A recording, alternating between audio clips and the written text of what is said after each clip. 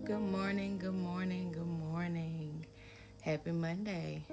I hope everybody's doing well today. I hope you had a great weekend and got a chance to do some of the things that you wanted to do. But we're going to jump back in this story. Jordyn's Journey, Part 10. How did we get here? About this time, Jordyn had been in the hospital for a couple weeks. I think we were in August at that time after he found out he had seizures and we got his seizures and everything under control. He went home for a little bit, but we were right back. So once we talked to the doctors and expressed our concern about trying to keep him healthy, we all agreed to just keep him in the hospital until he had his surgery at the end of the month, which was September 26th. By this time, all the doctors knew us. They knew us well. They knew Jordyn.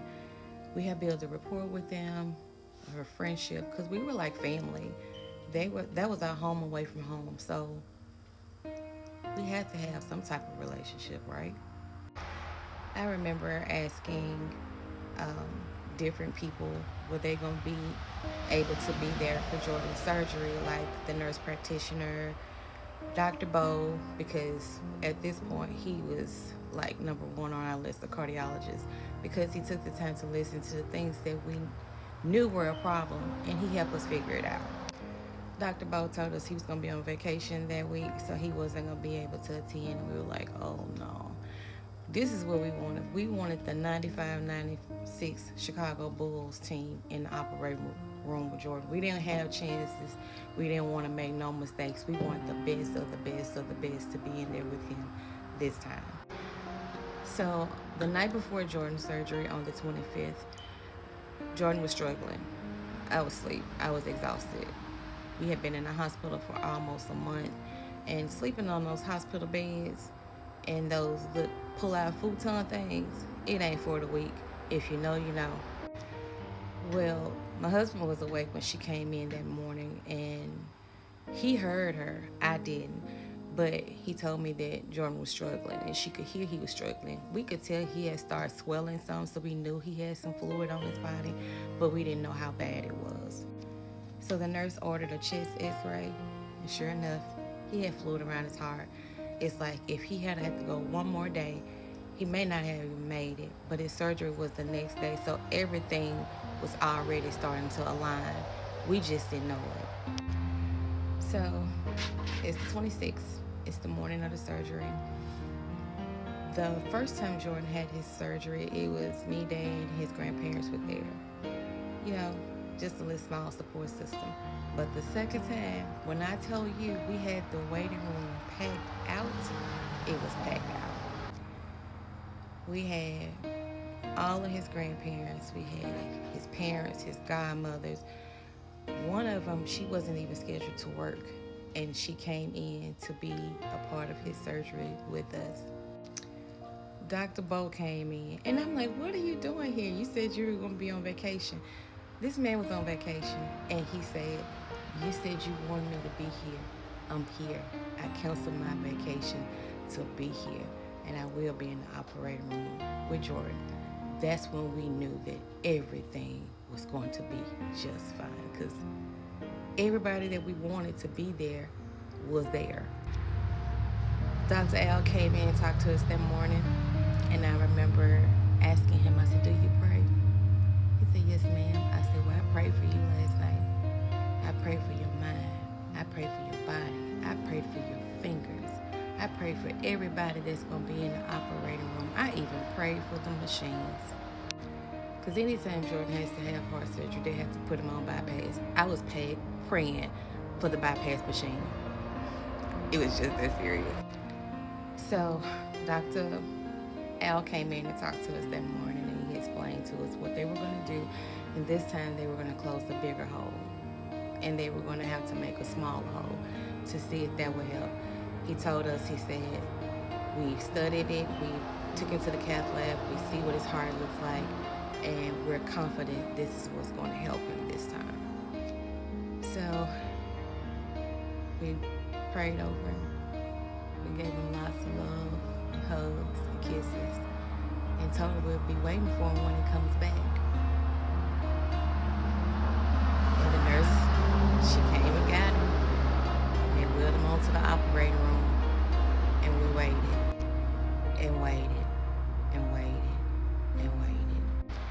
When you have surgery, they'll usually call like every hour to let you know how the surgery's going. And they'll even call you when they get started, let you know that they've gotten started. They'll let you know when they hook him up to the machine, things like that. We got all those calls every hour, but it was just nerve wracking waiting. I think Jordyn's surgery, if I'm not mistaken, it was probably about 5, 6 hours, give or take. So they finished up. We finally got the phone call that they were finished and that Dr. Al was going to come down and talk to us, and he did. He told us that everything went well. Jordyn did good. He didn't have any kind of complications. They didn't have to do any kind of blood transfusion or anything, and that he should be coming down soon to go into the PICU. The amount of excitement and cheers that went across that waiting room was unbelievable, because we were all sitting out there praying, Lord, please don't let nothing happen to this baby. He done been through enough. We just want him to go in, get his heart fixed, and come out. So every time the elevator would open, we're looking, trying to see, is this Jordyn? Sometimes it wasn't. Most of the time it wasn't. But the one time that it was, my husband was sitting there looking at the elevator, and the elevator door opened, and he saw the crib, and he took off. He didn't even know it was Jordyn. He didn't know, and I didn't either. I took off behind him, and when I looked up, it was about 15 people behind me, and we were all gathered around Jordyn's bed. This is what he looked like.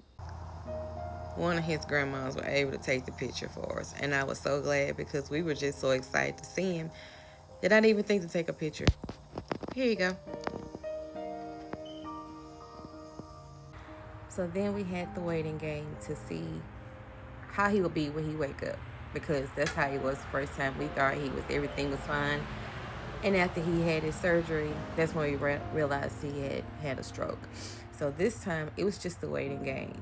But when he opened his eyes and he recognized who we were, oh my God, that was the best feeling in the world. I knew at that point that everything was going to be okay. Everything happened the way that it was supposed to, and that God was going to heal him. But this particular surgery, like I said, was different. Dr. Al was the leading surgeon. Dr. John was there as his, I don't want to say his backup, but he was there. Dr. Bo was there. All the nurse practitioners and everybody that we had talked to and said that we wanted to be there was there.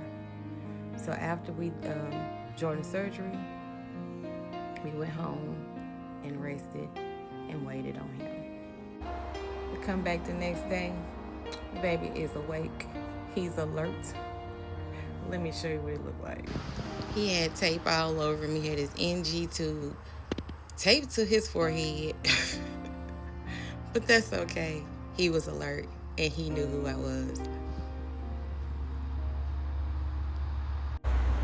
But all of our celebrating was short-lived. As usual, this boy has to keep us on our toes. So he got through the surgery and everything, but it was far from being over. He had complications with this surgery too, but we'll save that for another day. I'll fill you in next time on Jordyn's Journey, Part 11, How Did We Get Here? Have a great day, and remember,